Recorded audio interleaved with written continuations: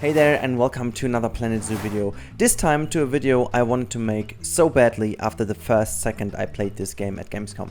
So we have to look into weather, and we start off with the one fact that surprised me the most, even though it's absolutely realistic, but it's so incredible that this kind of level of detail is in the game. And in a second we will zoom into the footage, not because Sylph and I are so beautiful and we need to see our faces a bit more in detail. Actually we need to, because Sylph's ears are pretty, impressive, damn impressive. But no, because of a different fact, and this is the degrees. Actually, you can see how the degrees are going down. This now is a little bit sped up. In the final game it will be a little bit slower. For the sake of showing it off at Gamescom, they increased the speed of it a little bit. So realistically, before snow can even start, starting to cover the ground or the environmental temperature has to be low enough.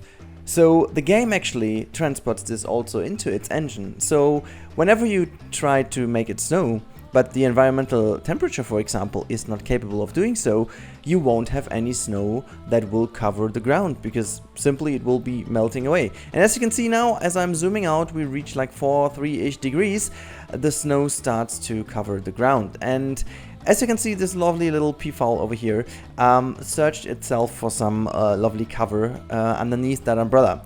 And even better than this is that I just placed this umbrella, I think in the footage, like a few good seconds ago, like 30-40 seconds ago, and maybe even, no, actually I think 2 or 3 or 4 minutes ago. But anyways, the animals directly, like immediately react to the weather. I think a lot of things we already knew, like in articles and stuff, people have been saying, yes, the weather will be totally cool, good simulation, but you never, there's always this little bit of uncertainty until you have really played the game. And I have to say, I think I speak for all of us when I say that the weather, even though we saw already a lot of footage, which was already impressive, but I think we all agree that this has been the one surprise of the Gamescom, how well it works. So not only that the game interacts with every single piece in the game, and not only, like we were fearing, let me just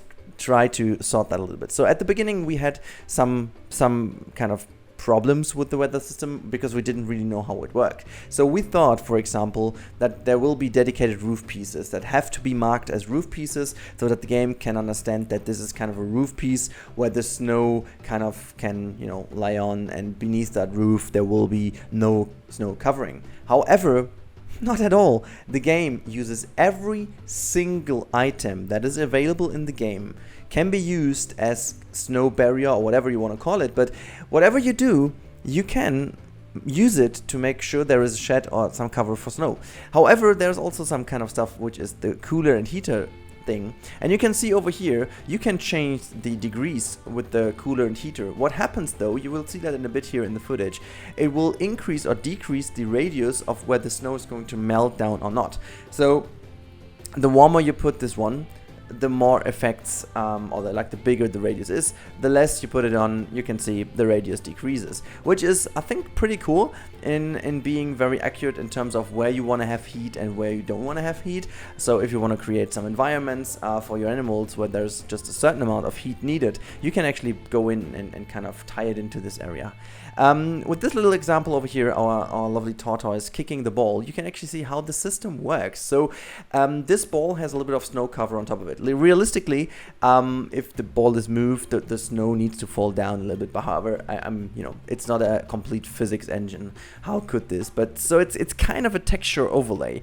But the thing about this texture overlay is, and you will see that on later footage in the game, it's not that it's kind of having like a black or white kind of decision-making process behind it. So like, for example, 90 degree is like a pillar going up which has no cover whatsoever, and like having it 180 degree or like horizontally placed, I should call it horizontally and vertically. So horizontally means that this kind of is a cover and vertically is not, but the game actually calculates the angles of the pieces. So for example, with rain, the more you tilt this piece, the more you can actually hide away or cover away with this piece. So I actually used, for the sake of demonstrating this, I used windows, I used a wall, I used I think I was a door, and I used a lot of pillars, and I tried to use them as kind of roof pieces, and the game always calculated it perfectly. I have no idea how they did it.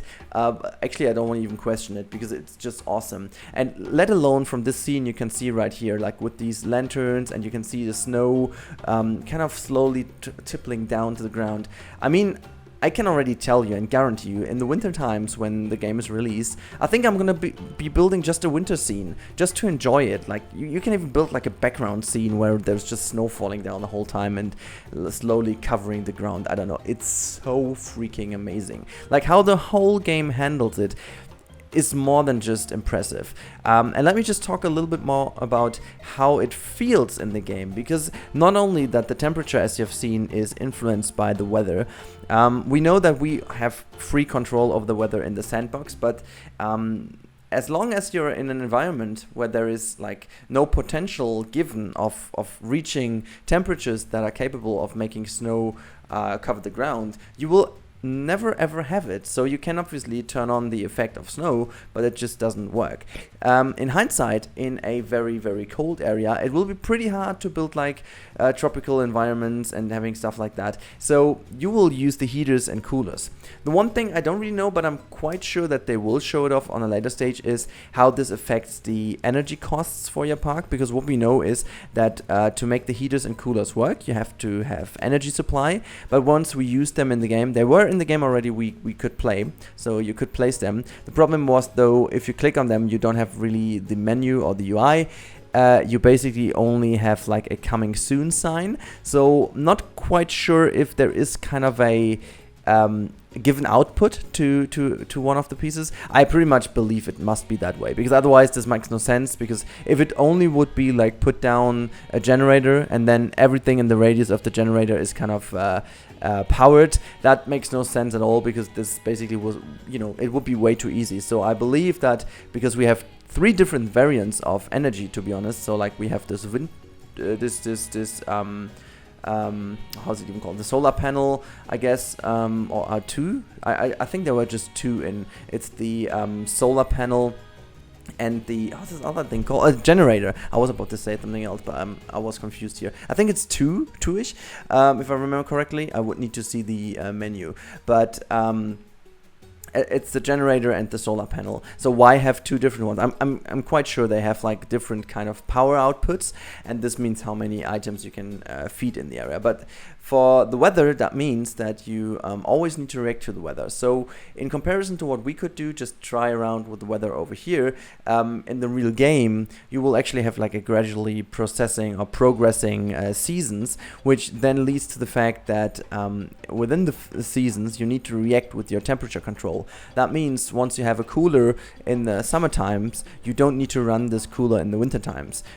This also saves you some energy and saves you effectively some money, while in the winter times, where you don't need the coolers, you potentially need some more heaters that you wouldn't need in summer. So that means potentially you need to take care of these systems as well, so you don't kind of consume too much power. And to be honest, this is something really cool. I would have loved to have something like that in Jurassic World Evolution, or, you know, in Planet Coaster as well. It means also that you need to provide some cover also for your guests, because guests also react to the rain and to the snow in different ways, actually. So once it's snowing, the people can use an umbrella if they did buy one. So you do need to provide some umbrellas, which they can buy at Just a Momento or the information booth. The good old Roller Coaster Tycoon trick is available. The money printing machine is in the game. I really hope that they balance it out a bit better than this and don't make them too overpowered, because that'd be ridiculous, as back in the days where you just put like a $50 umbrella and everyone is gonna buy it. So I think it will be quite a little bit of an interesting thing to see. Funny enough, people also use the umbrellas for snow, which is somewhat surprising, because not many people do this. It's pretty interesting, because it is super clever to use them as kind of little, you know, it's kind of a defense thing for snow in a way. You know, when I'm going skiing, I wouldn't use an umbrella, but sometimes it would be way more clever to use it as well once you go down in a blizzard or whatever. But people seem not to do it. The cool bit about snow is as well that animals react to it. So as you can see, the snow the snow leopard has enough of the snow, so he's going to search for some cover in our still floating shed rocks over here. Just my copy-paste mistake here, sorry, my bad. And for the guys asking to fix it, it's not doable. This is my footage from Gamescom, so no chance at all. I don't know if you've caught on this, but there was one little interesting bit a few seconds ago. Even the snow partly covers on the trees once there is a cooler. I will show it to you. I will put in a screenshot of this little bit because it's too good to not include. It is insane. So the game not only reacts to one item, but even the item itself has different layers of how much it affected by rain or snow. So when I was building the big dome, you will see this also in the footage I use in this video. You can see how the snow is covering different pieces of the building depending on the angle that the piece has. So I already said this earlier in this video. The calculation that's going on there behind the scenes or in the code, I don't know, it's just insane. Also, I might want to add that the sound design, and this is maybe one of the things we couldn't really transport to you guys because of the freaking Aorus booth that was next to us. The sound design, I mean, we all know that Planet Coaster was already great. Jurassic World Evolution is nothing less impressive. And Frontier in general is amazing at sound design. So once it started to rain, you can really hear that everything sounds different. Every tree, every rock, every texture, everything starts to sound a little bit different. You hear that little these drop noises. It starts a little bit like less, and then it's getting even stronger. Also, I would love to see some different kind of strength in rain. We haven't seen that yet because we could just click on rain or no rain. So maybe they're even going to vary this. But it's very cool to hear how the raindrops trickle down to the water. You can hear the difference once it's going down to water or grass or soil or whatever. It is so awesome. It is so damn impressive because it really shows you how good it is. And now we head off to the next topic, and this is how it works with larger structures. So as you know, Planet Zoo will also use the infamous piece-by-piece building from Planet Coaster. And as I was trying with this build over here, I wanted to see if you build kind of something and you put the pieces together hand by hand or piece by piece, and you know, I was just moving it into each other just like randomly, and I was trying to make it really a finished off building. And guess what it is? Even the guys going in just put away their umbrella because they recognize it's dry in here. And if you keep a look on, or keep your eyes on the inside now, as we move in a little bit again, there is even some foggy environment within that building because like the humidity is going to change from the outside to the inside. So even this is going to happen. I mean, these are the details I haven't even expected. I was already so happy that there was no rain covering the ground once I had finished off the roof and everything in the building was dry. But then again, as you can see, now you can really clearly see how it's a little bit dusty, a little bit foggy in the building while it's raining outside, or snowing in this case. Which is, as you can see on my camera right now, I was just going nuts. I couldn't believe how good it is. Like everything in the outside is covered in snow except these areas below the trees. Like again, also the game calculates how the snow would affect the ground below trees, for example, because leaves are just not entirely covering anything. So you have a very, very slight area where there is a little bit of snow below those trees, but just a little bit. While if you just place down a roof, for example, which is completely and 100% cover, you do have no snow whatsoever below that one. So even the material itself is kind of defining how much snow goes down or not. So as you can see in this building, there's literally nothing going down. It's just so insane. Yeah, again, also like how the overall look and feel of the game changes.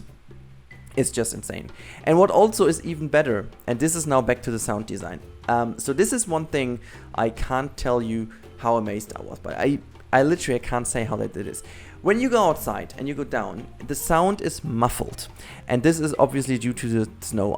You also hear this little cracking in snow. I don't know, I just find this so satisfying in the winter times when you hear this little kind of cracking sound underneath your shoe when you're walking in fresh snow. It's so awesome. It's the best sound in the world. You have this, but once you go into the building, you literally can't hear this because it's gone, and the sound is a little bit more less muffled, I should say, and it's there again. I have no idea how this works. It's just, I don't know, as if the snow cover carries the muffled sound. I have no idea how they did this. A few seconds ago you even saw the heat map. So actually this was also a question that many people ask. Yes, houses or like little sheds and stuff, they actively do give you a little bit of a heat boost or a coolness boost in summer times, in the in opposite way, which is again very cool, because this means the game not only takes heaters and coolers into effect, but also if this is a shed or no. So I don't know, it's just insane how well this works. So actually, also again, what you want to look into is that how your guests behave once there's weather. They are more likely to go to indoor businesses and indoor houses, while in summer times they love to spend more time outside of the building, which, to be fair, is pretty much how people would react, and so this is why this is just very awesome. Yeah, so we are slowly coming to the end of the video. I just want to take this last footage to go into everything just as a little bit of a boiled down version of this video. So the sound design of the weather is just ridiculous. It's so good. It's different for all the different weather effects. Even if it is different from going to the inside to the outside, you even have echo and all that kind of stuff, but it reacts to the weather. The temperature is very important, because again, the temperature varies regarding which kind of or type of weather you have. There will no snow be covering your ground when there is more than 4 degrees, for example, environmental temperature. That's insane. Here you can see as well that the weather is affecting not only like horizontal or vertical. No, it goes into each and every degree how you use the pieces, and this will define how much snow, for example, will cover your pieces or your building. It's ridiculous. But if you go even deeper into the simulation, you have even more things like, for example, heat control and coolness control. So a lot of great things, and this will also obviously affect your animals, how they use the environments. It will affect your guests, how and what they will buy and purchase. For example, they want to have an umbrella when it's starting to rain, while they have no need for an umbrella in sun, and they want to go for a heater or for like indoor area once it's going to be colder outside. A lot of great things. I hope you guys enjoyed this video. It's been a pleasure again to do some stuff for you guys, and yeah, I hope to see you in the next one. Let me know in the comments down below if you love the weather as much as I do, and if you have any more questions regarding this, let me know as well. So see you next time, and bye bye. So thank you for watching this video. I hope you appreciate that, and now a special thanks also to all the people supporting me here on that channel, making this all possible. You can see that on the left hand side right now, and also if you want to see more of my stuff, make sure to click that card on the right top now, and if you want to stick around, make sure to hit that sub button which is on the bottom right of the screen. If you want to see stuff on my social media, sneak peeks and stuff like that, it is on the bottom left on the screen. And yeah, I hope to see you again in the next episode. Until then, enjoy your time guys, and bye!